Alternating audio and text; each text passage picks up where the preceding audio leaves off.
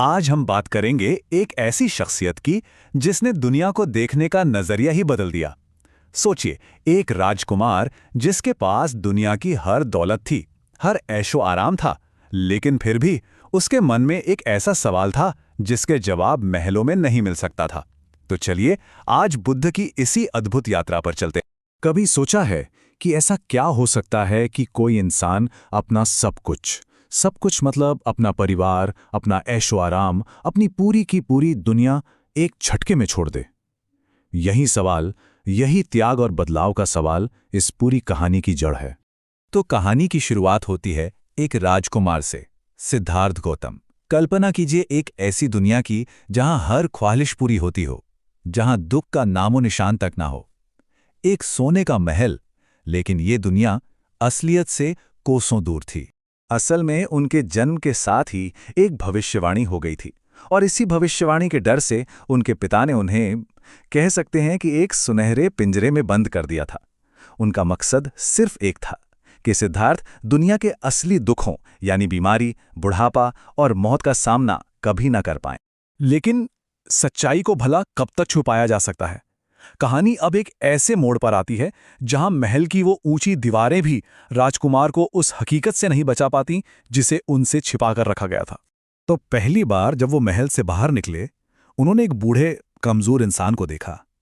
अब सोचिए, जिसने अपनी पूरी जिंदगी सिर्फ जवानी और ताकत देखी हो, उसके लिए ये मंजर कितना बड़ा झटका रहा होगा।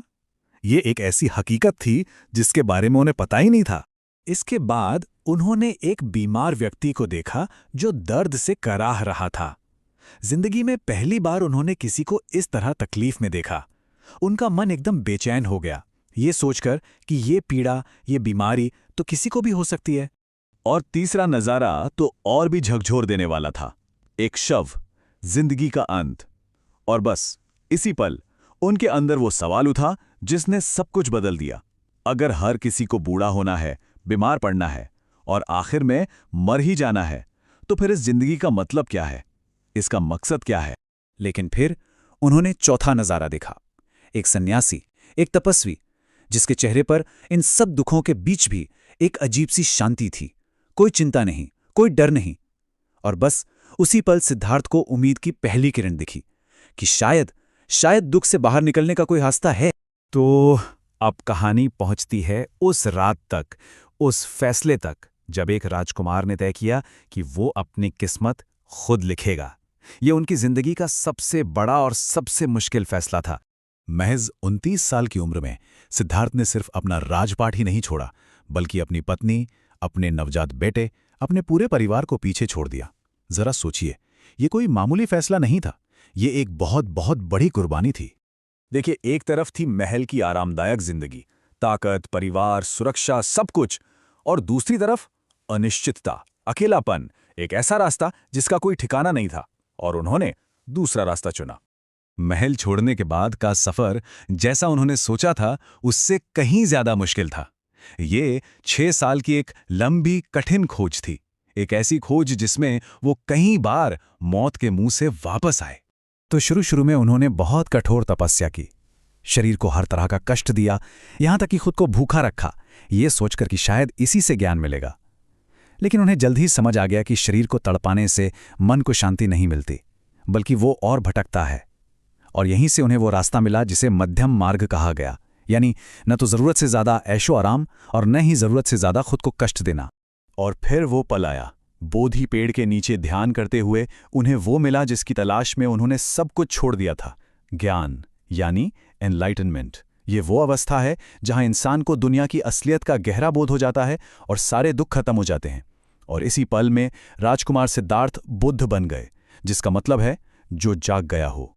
लेकिन ये ज्ञान उन्होंने सिर्फ अपने तक नहीं रखा। अगले 45 सालों तक बुद्ध ने अपनी इस खोज को पूरी दुनिया के साथ बांटा। वो एक शिक्षक बन गए और लोगों को दुख से बाहर निकलने का रास्ता दिखाने लगे। और उनकी शिक्षाओं का जो सार है वो है ये 4 आर्य सत्य। बहुत ही सीधी सी बात कही उन्होंने। पहला, कि जीवन में दुख है। दूसरा, उस दुख का कोई ना कोई कारण है।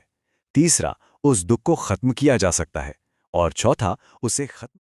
यही वो सीधा सरल ज्ञान था जो उन्होंने दुनिया को दिया।